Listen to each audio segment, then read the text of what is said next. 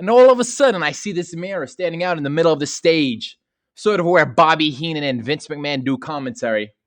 And I was thinking, man, that's kind of a funky stage for Shawn Michaels HBK, since he's been posing in those with Queen Sheree.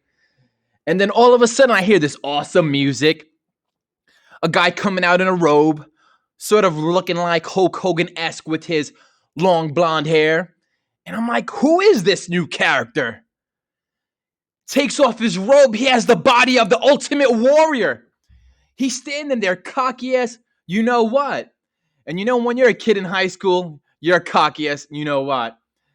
And I'm corny as you know what right now. But nonetheless, let me go on with this beautiful story on how Lex Luger is underrated. Old folks used to tell me he was the man in WCW. But since I lived in New York, I didn't get that channel, so I never knew who he was. Old folks would tell me, hey, he's best friends with the Sting. Who's that? He looks like the Ultimate Warrior. What? So you're telling me this is the guy that came from this anonymous federation that I've never seen that I should go crazy about? Little did I know. It was.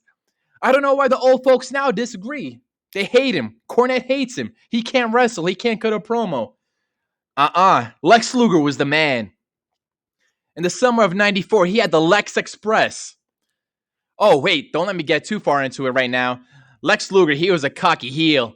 He was fighting the likes of Coco Beware, the Repo Man, Good Doink, Corona Crush. He was the man. He was like the new Ultimate Warrior. He was cut up and whatnot. Then he disappeared for some reason. All of a sudden, I see him on a helicopter where I live at, flying on the Intrepid, a U.S. Navy ship. What? Why is he on the ship for? Because there's a big Japanese guy that's daring every single American that they can't pick him up. What? Not this American, not the total package U.S. American Lex Luger. He wasn't having it. It was sort of reminiscent back to Andre the Giant getting body slammed by Hulk Hogan. This is like my generation's new Hulk Hogan. But the old folks who told me that, they were like, hey, he's trying to copy him. I'm like, so what? Who cares? He's Lex Luger. He's more cut than him, and he has more hair than him, and he knows how to dress, and he has these cool little silver things all over him. Nonetheless, he body slammed Yokozuna. I went crazy. I thought he won the world championship right then. Macho Man was going crazy. Macho Man jumped in his arms like Queen Elizabeth does to him. May I say Miss Elizabeth? But the party was just getting started.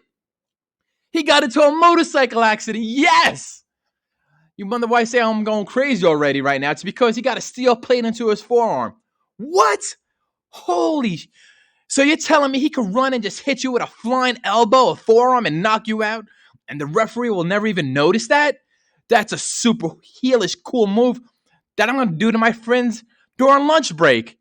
I'm going to get some, wrapping paper, aluminum foil, put it underneath my sweater, and hit my friends in the head with it and make believe it's that. And they'll fall down for the 3 count, right? Everybody's friend took the 3 count, right?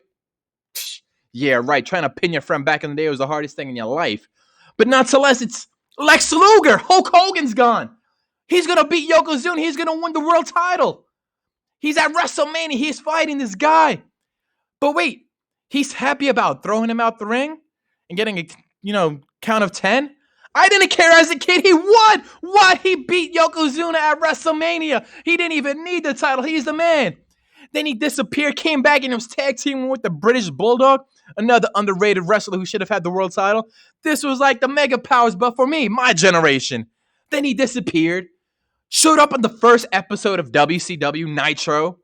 He was a pendulum that made the swing move from WWF to WCW. He was the main factor. He just walked out there with his cool self in the middle of the mall. It was like, yo, I'm the man. I know. And then disappeared, went back. Came back and even won the WCW World title. Everybody came up, lifted him up on his shoulders. They praised him. He was the man. Woo. It was like the Lex Express came all over again. Don't let me talk about that, man. That was a bus. That was a charter line driving through across America, New York City, Las Vegas, Texas. Showcasing his name, Lex Luger. I remember coming home from school one day, and my mom said she saw the Lex Express. I said, where, mommy? She said, oh, it was when you were in school. But why did you tell me that for? Man, come on, Mom. I think that's when I started to dislike him a little bit. But now, Lex Luger's the man. He even has funny commentary and promos. He has his own Scott Steiner version of a promo. YouTube Lex Luger funny promo. He can't even take the shirt off of him. Lex Luger, he couldn't go no wrong with him. He is the man. And by the way, unlike Cody and Omega, his best friend was Sting. It wasn't Nakazawa. It wasn't QT Marshall. Shoot, he even picked up Andre the Giant's son for the torture rack. How crazy is that? He is the new Hulk Hogan. He is the man.